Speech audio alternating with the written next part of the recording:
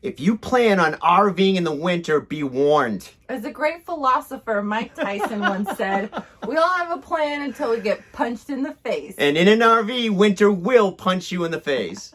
So here are the top 10 dumbest newbie RV winter camping mistakes. Speaking from personal experience, guys.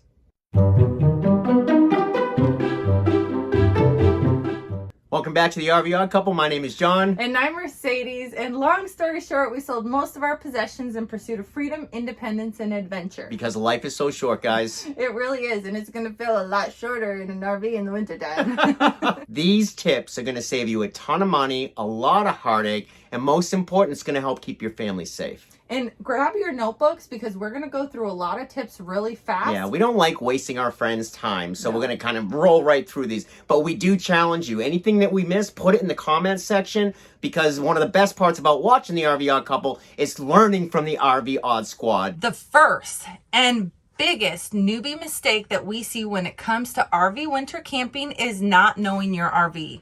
And frankly, we were totally guilty of this because the reality is you just don't know what you don't know. But one of the best ways that we found to really get to know your RV is to constantly be checking the levels. You should constantly be looking at your control pad to make sure that everything's okay. The longer that you practice, the more you'll get a feel for how long your propane gas is going to take. You'll get a feel for like when your tanks are getting too high. The other thing that you really need to know is, are your tanks heated? Do you have one furnace or multiple furnaces? The more you know your RV, the better equipped you'll be to make the decisions that are really important to keeping you warm and safe in the wintertime. The second biggest RV newbie winter camping mistake is not having a solid plan. And your plan is going to consist of three things. The first of which, know your RV. The second of which is have a power strategy. It all hinges upon what kind of power are you going to be using. So we're at an RV park, we have power right now, so it doesn't make sense for us to heat the RV with propane. That's the last thing we should be doing. If you're gonna boondock, obviously electricity is probably gonna be the least effective means of heating your RV. So really having a power strategy. But you also have to have a backup, right? So if you're staying at an RV park, you still need to have a contingency in case the power goes out. And if you're boondocking, you need to have multiple contingencies, right? But the third part of the plan really depends on what kind of winter camping you're going to be doing, because winter in the Midwest is very different from winter in the Northeast, right? So really having a plan based on your individual needs is super important. The best investment we ever made since we started full-time RV life is an AccuWeather app for our phones. Mercedes and I, we absolutely love it. Mercedes uses the free version. I think I paid $3 for a lifetime membership. The app gives invaluable information of where we are, where we're heading, and everything in between. The third RV newbie winter camping mistake that we're totally guilty of is making dumb assumptions. And I can say dumb assumptions because these are all things that I believed to be true once, okay? So let me break it down for you. South does not mean warm. Just because there is no snow doesn't mean it's going to be warm. You have to account for elevation. You have to account for wind. And here's another big thing that a lot of people don't realize. Just because the weather is going to get to freezing, just because it hits that 32-degree mark, does not necessarily mean that you need to go all crazy and gangbusters winterizing. That being said, it's a tricky balancing act. So we do recommend that you have a heated hose for those moments where it is going to get under 32 degrees, especially like at night. Took a hose, a 25-footer. I only need about 14 feet. So I cut the hose at 14 foot. I've gone ahead and I've taped the heating tape around. I've left a little bit at the bottom where I plug into the park service. Left a little long. Number one, it's got to reach to the GFI outlet that's out there. But what's really cool about leaving a little bit of extra here is I can actually wrap this up over the spigot. But if you're looking at some major cold weather, things like this, your water filter really need to go inside and they need to be heated. You do not want to be pulling from park water when it's going to get super below freezing. So this area is heated. So what that means is that when it's going to get really cold, we'll put our water filter inside. And when we are going to draw from the park water, we make sure that we have our hose that's heated. So for example, staying at the RV parks, we've had a lot of experience with these portable electric heaters and these radiator heaters. Now for us, we really like these because they're just really effective and it's a small space. But keep in mind, we've totally misused this and had them both on the same circuit and popped our breaker multiple times, so be careful. The radiator heater is awesome. It's very like a slow heat, but once it holds, it's really strong. But it can still burn things. As you can see back here, we kind of had a little bit of an accident there. So you have to be really careful no matter what. So the ceramic heater really is a dry heat. It's really helpful because other heat sources such as propane are actually they create a lot of condensation within the RV. If you're gonna run additional heaters inside of your RV, it's best not to plug in any of the circuitry in the RVs. A lot of these, they don't build to the highest quality. It's thin wire. So try to carry a couple of high quality extension cords with you. What I do is I run this directly outside to the pedestal, feed it into the RV, and plug directly into this. So to avoid being on the same circuit as our inside heaters, what John does is he takes his heated water hose and he plugs it into the 20 amp on the pedestal. The fourth mistake that we made was paying twice for power. And here's what I mean by that. When we first started RVing, we didn't realize that we could get these small portable heaters, and we were staying at RV parks. So the electricity, we were already paying for the electric. So we were heating our entire RV using propane. What? I like the RV a lot warmer than John. I prefer everything to be like at 78 degrees inside, and in Massachusetts, like his mom kept everything to like 65 degrees or something like that. So very different expectations of keeping the RV warm. So we went through propane super fast. Propane's really expensive. It's a very expensive way to heat an RV, especially the huge fifth wheel that we had. Well, keeping the thermostat on 78 doesn't help, babe. I know. Don't be silly like us. Don't pay for the same thing twice. So the fifth RV newbie winter camping mistake is actually making dangerous choices. You never want to put two heaters on the same circuit. That is going to heat up your lines and it's a huge fire danger. Which brings me to my next point, that you need to make sure that the batteries in your smoke detectors, your CO2 detectors, you need to make sure that those are working properly.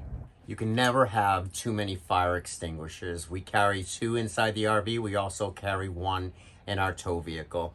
Always make sure that your fire extinguisher is in the green area. Once it gets below that, it needs to be recharged. You can bring this to any fire station and they'll help you out. So if you do know you're gonna be stuck in a storm and it could be a lot of snow and below zero, first thing you wanna do is top off your fuel on your rig. The second thing you're gonna wanna do is basically skirt around the bottom of your RV to keep the weather from going underneath, blowing winds, freezing your pipes if it's below zero.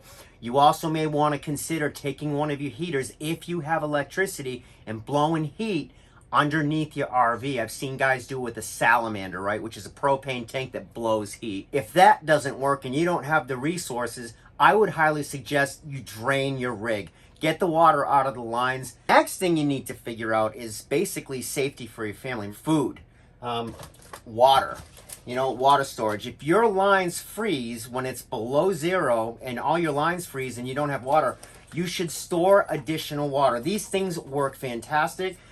This is not a plug. We don't make any money. It's just a great company made here in the USA called Smart Bottle. Check them out. They've got a lot of resources for storing water in case of an emergency. You're also going to want to have an emergency radio, right, to keep track of what's going on. Especially in motorhomes, if we're in an emergency situation, we could always turn on the truck, right? Or turn on the actual motorhome and use that heat source to help heat the inside if things really got dangerous. So the sixth mistake that RVers make in the wintertime is not keeping it simple. What's the phrase? Keep it simple, stupid? Blankets, sweaters, those kinds of clothing are your friend.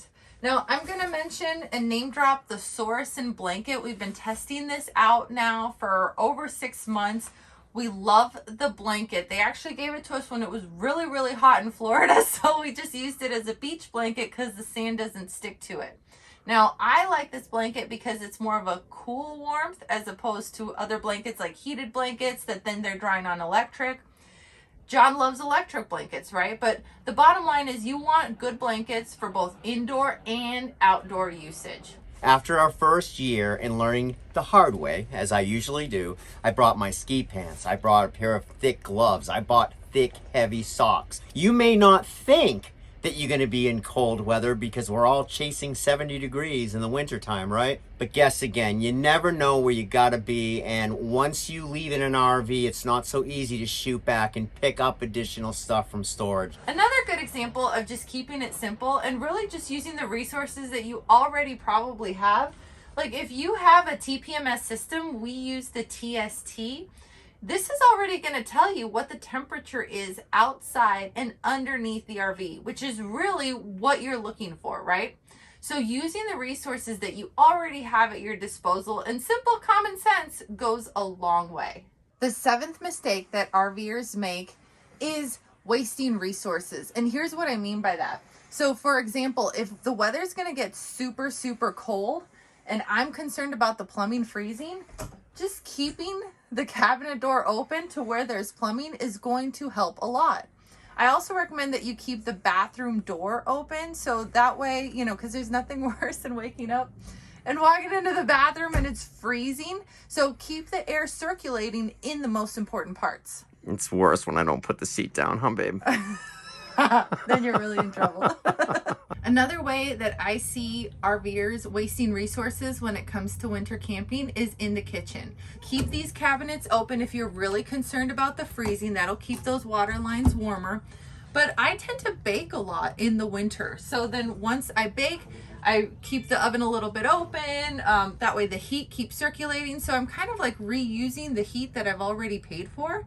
The eighth mistake when it comes to RV winter camping is not strategically using the sun. And here's what I mean. Even the angle that you park, or if you choose to park in the shade, you know, the sun is free warmth, people, and when it's cold, take advantage.